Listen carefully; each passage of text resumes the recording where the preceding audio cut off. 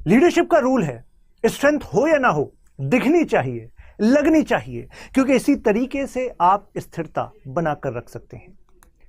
Pakistani finance minister कह रहे हैं आईएमएफ या कोई और नहीं डिटरमाइन करेगा कि पाकिस्तान कितनी मिसाइल रखेगा, न्यूक्लियर वेपन रखेगा कि नहीं रखेगा। तो आप सोचेंगे कि इतनी बड़े क्राइसिस पाकिस्तान में चल रहे हैं, फूड क्राइसिस, बेसिक नेसेसिटीज की कमी है, लोग पैसा लेकर, जो महंगाई बढ़ चुकी है उसमें भी पैसा लेकर लाइन में खड़े हैं, सामान नहीं मिल रहा। लेकिन ऐसे में ये जो बातें हैं ये कहां तक लोग एक्सेप्ट कर लेंगे। चाणक्य ने कहा था अर्थशास्त्र में, अर्थशास्त्र का ही मतलब है, अर्थ का मतलब होता है पैसा या संसाधन, यानी कि मनी और रिसोर्सेज। इस अर्थशास्त्र में रूलर को एडवाइस दे रहे थे चाणक्य कि ruler, economic wellbeing of people should be the first priority of the state. राजा, अगर तुमने आर्थिक संसाधन नहीं मौजूद कराए तो ऐसे में जल्दी चले जाओगे, टिक नहीं पाओगे। फिर पाकिस्तान कैसे टिक पा रहा है? अर्थशास्त्र की जो इनसाइट है, क्या ये लागू नहीं हो रही? यहां पर हो रही है। आगे देखिए, ये रिस्क पाकिस्तान इसलिए ले पा रहा है क्योंकि पाकिस्तान उसका एक तोड़ कर रहा है, जो कि मैकियावेली के विचारों में हमें मिलता है। मैकियावेली एक इटालियन थिंकर थे, जहां पर आज इटली, वहां पर एक सिटी स्टेट होता था फ्लोरेंस, वहां से थे। इनका कहना था कि जब क्राइसिस हो तो जनता को बताओ कि तुम्हें बचा जो सकता है वो हम ही हैं। अगर फूड क्राइसिस जनता झेल रही है तो उससे बड़ा क्राइसिस दिखाओ ना उनको। उससे बड़ा क्राइसिस क्या हो सकता है?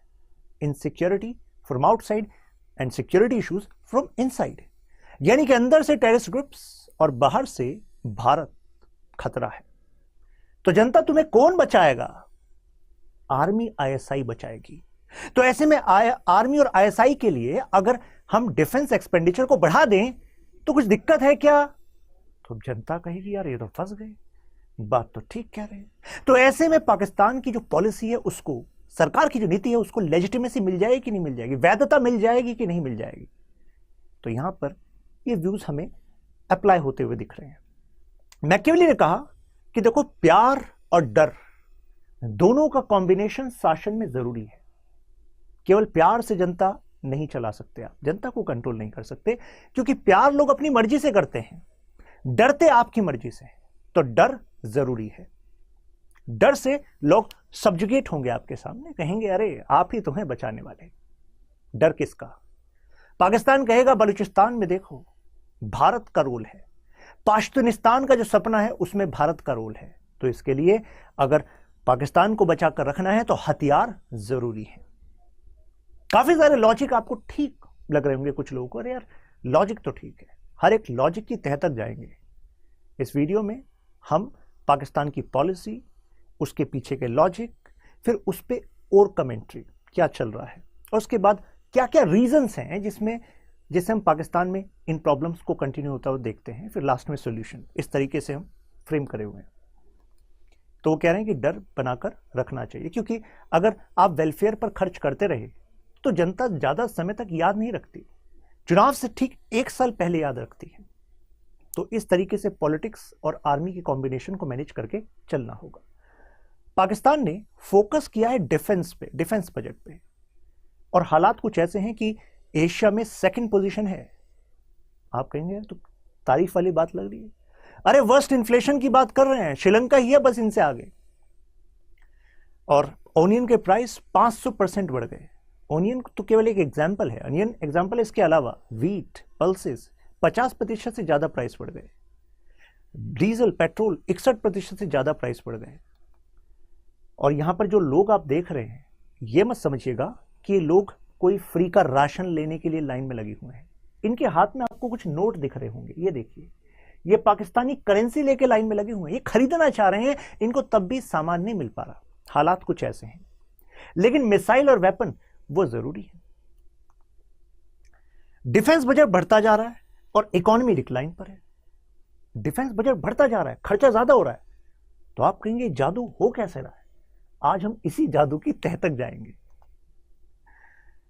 High level of defence expenditure, और इसमें हम इसको कहते हैं नॉन डेवलपमेंट एक्सपेंडिचर, इससे कोई पाकिस्तान की अर्थव्यवस्था का विकास नहीं हो रहा। ये 6.5% से ज्यादा हो जाए अगर जीडीपी का, तो यानी कि पाकिस्तान की अर्थव्यवस्था को खतरा है। अभी इसका स्टेटस 6.8% है। जब से पाकिस्तान बना है उससे अब तक पाकिस्तान का जो टोटल रेवेन्यू है उसका करीब 50% के आसपास रेवेन्यू वो केवल डिफेंस पर ही खर्च हुआ है। स्वाहा। यह रकम करीब 10,000 बिलियन रुपए है। 10,000 बिलियन रुपीस केवल स्वाहा। ये समझ रहे हैं आप। और अभी जो करंट स्टेज है उसके आंकड़ों से हमें पता लग रहा है कि अगर 100 रुपए की कमाई है पाकिस्तान की तो उसमें से 55% पैसा पता कहां जा रहा है? लोन को रिपे करने में। 55% पैसा तो केवल लोन को रिपे करने में। जो 30 रुपए हैं वो डिफेंस में खर्च कर रहे हैं और उसके बाद जो 15 रुपए बचे वो सिविल और एडमिनिस्ट्रेशन में खर्च हो रहे हैं। तो मुझे बताइए ये जो आर्थिक नीति है लग नहीं रहा ये तो टोटल फेलियर की तरफ ही जा रही है। सिक्योरिटी जो है ये कारण बताया जा रहा है। सिक्योरिटी किससे? पाकिस्तान ने इंडिया का तो एक ऐसा ये समझ लीजिए इंडिया सेंट्रिक डिफेंस एक्सपेंडिचर होता है। यूएसएसआर भी एक कारण है। जब यूएसएसआर अफगानिस्तान में आया तो पाकिस्तान पहुंच गया यूएस।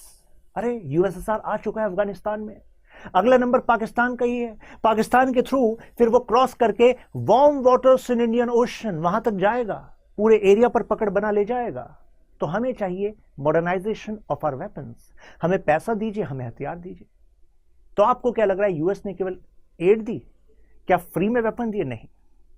यूएस होशियार है। यूएस ने कहा पाकिस्तान टेंशन क्यों ले रहे हो, पैसा भी देंगे, हथियार भी देंगे, लेकिन देखो कुछ ऐसे हथियार हैं जो खरीदने होंगे और चलो कुछ हथियार हम आपको फ्री में दे देते हैं, लेकिन इनका जो स्पेयर पार्ट है, इनकी जो सर्विसिंग है, इनका जो एम्यूनिशन है वो तो खरीदना पड़ेगा। पाकिस्तान वाले कोई दिक्कत ही नहीं है। यूएसएसआर तो उनके लिए ऐसा हो गया कि आप आए तो बाहर आई, बाहर नहीं, मॉडर्नाइजेशन ऑफ आर्मी आई। इस मॉडर्नाइजेशन को इंतजार कर रहे थे। पाकिस्तान ने कहा कि जो आप पैसा हथियार हमें दे रहे हैं इससे हम एक्चुअली वेपनाइज करेंगे, मुजाहिदीन को ट्रेन करेंगे। जनरल जिया ने ओपन कर दिए बॉर्डर कि अफगानिस्तान से आप आइए, पाकिस्तान में ट्रेन हो जाइए और फिर यूएसएसआर के खिलाफ लड़िए। इन्हीं में से कई फाइटर्स को उन्होंने कश्मीर की तरफ मोड़ दिया था। उनके लिए सोशल सेक्टर सेकंड प्रायोरिटी है। स्कूल का क्या हाल है, हेल्थ सेक्टर का क्या हाल है, वो सेकेंडरी है। पहले डिफेंस है, defence budget. Non development budget लगातार इंक्रीज हो रहा है और डेवलपमेंट बजट डिक्रीज हो रहा है। और हालात कुछ ऐसे हैं कि अब जो बोरोइंग्स हो रही हैं, जो उधार उनको लेना पड़ रहा है, उस उधार से वो जो पे कर रहे हैं, मतलब एक लोन लिया फिर अब उस लोन को पे करने के लिए दूसरा लोन लिया। हालात देखिए क्या है। तो अभी जो उधार ले रहे हैं वो भी नॉन डेवलपमेंट बजट के लिए जा रहा है। एक उधार टू पे अनदर उधार। सिस्टम देखिए क्या हो गया। अब यहां पर जनरल जिया का एक कमेंट देखिए। उन्होंने कहा कि भाई सबमरीन से लड़ना है, एयरक्राफ्ट कैरियर से लड़ना है तो बैम्बू स्टिक से थोड़ा ना लड़ेंगे, बांस की लकड़ी से थोड़ा ना लड़ेंगे, हथियार तो चाहिए। आप कहेंगे बात तो लॉजिकल है। ये कह रहे हैं तलवार के बदले तलवार चलेगी, टैंक के बदले टैंक चलेगा और सबमरीन के बदले सबमरीन चाहिए। आप कहेंगे लॉजिकल है, पाकिस्तान की जनता भी कहने लगी लॉजिकल। लॉजिकल एक्चुअली इसको हम कहते हैं blending technique. Means you present a logic like it is the only solution, जबकि इसके अलावा भी सॉल्यूशन हो सकते थे। अगर आर्थिक स्थिति इतनी खराब है तो जरूरी थोड़ी ना है कि इसी रास्ते चला जाए। अल्टरनेटिव सॉल्यूशन निकालने चाहिए थे, लेकिन अल्टरनेटिव सॉल्यूशन से जनरल जिया और पाकिस्तानी एस्टेब्लिशमेंट के जो टॉप लोग थे उनको पैसा कैसे मिलता इतना ज्यादा। ये डोज दे रहे हैं जनता को इतने सालों से, कह रहे हैं यही रास्ता है, इस वजह से हमें आप फॉलो करते रहो, हम जो कह रहे हैं उसको वो ठीक है। Let's continue with that topic, ये ज्यादा इंपॉर्टेंट है, उसको तो आपको ज्वाइन कर ही लेना है। 31 लास्ट डेट है। यहां पर हमें लग रहा है कि इंडिया सेंट्रिक उनकी न्यूक्लियर पॉलिसी इस वजह से भी है क्योंकि उनको पता है कन्वेंशनल वॉरफेयर में इंडिया इज अप, इंडिया उनसे बेहतर है। तो ऐसे में न्यूक्लियर के पर इन्वेस्ट करो, जिससे कि जनता को बताओ देखो परमाणु से हम जो है लेस हैं।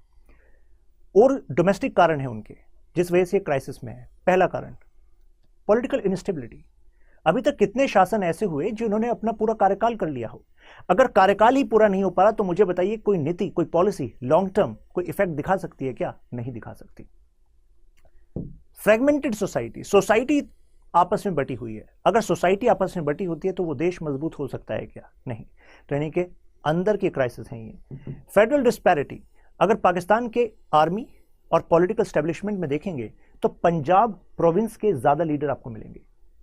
सेकंड नंबर पर आपको सिंध मिलेगा। बाकी प्रोविंसेस का क्या?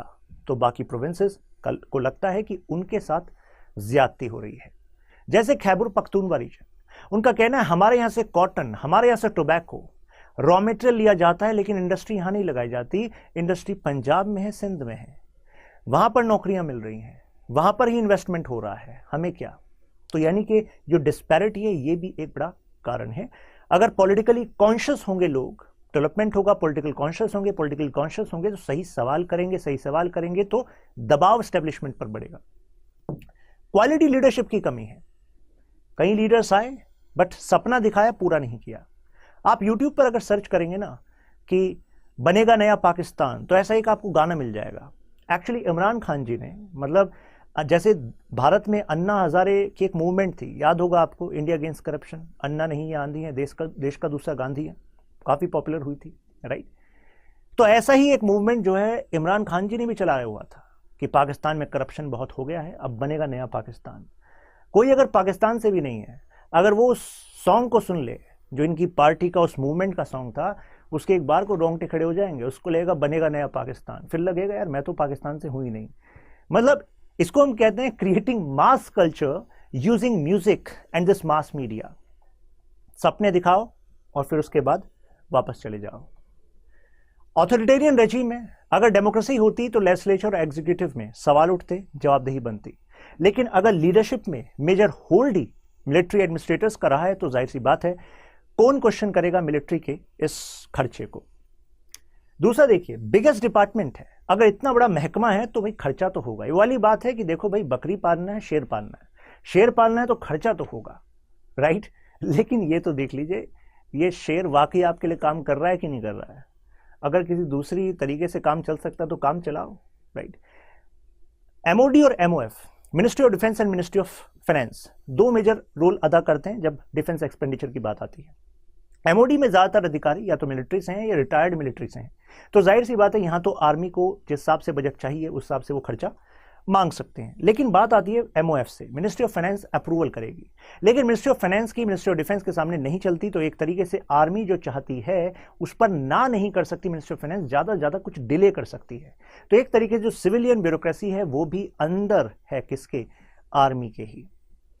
मीडिया देखिए, मीडिया पाकिस्तान को शुरुआत से ही डिफेंस एक्सपर्ट बनाने में लगी हुई है कि बाउंड्री पर क्या हो रहा है, एस्पिनाज क्या हो रहा है, कहां से खतरा है, और अब हमारी आर्मी ने क्या कर दिया है, आईएसआई कैसे पाकिस्तान को महान बनाने वाली है।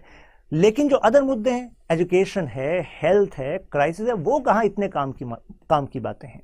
तो इससे मीडिया की भी एक बहुत बड़ी जिम्मेदारी है, राइट। बाकी सब उनको काम का नहीं लग रहा इतना, यानी कि नैरेटिव सेटिंग वो भी एक्चुअली बहुत ज्यादा प्रेज करता है डिफेंस एस्टेब्लिशमेंट को।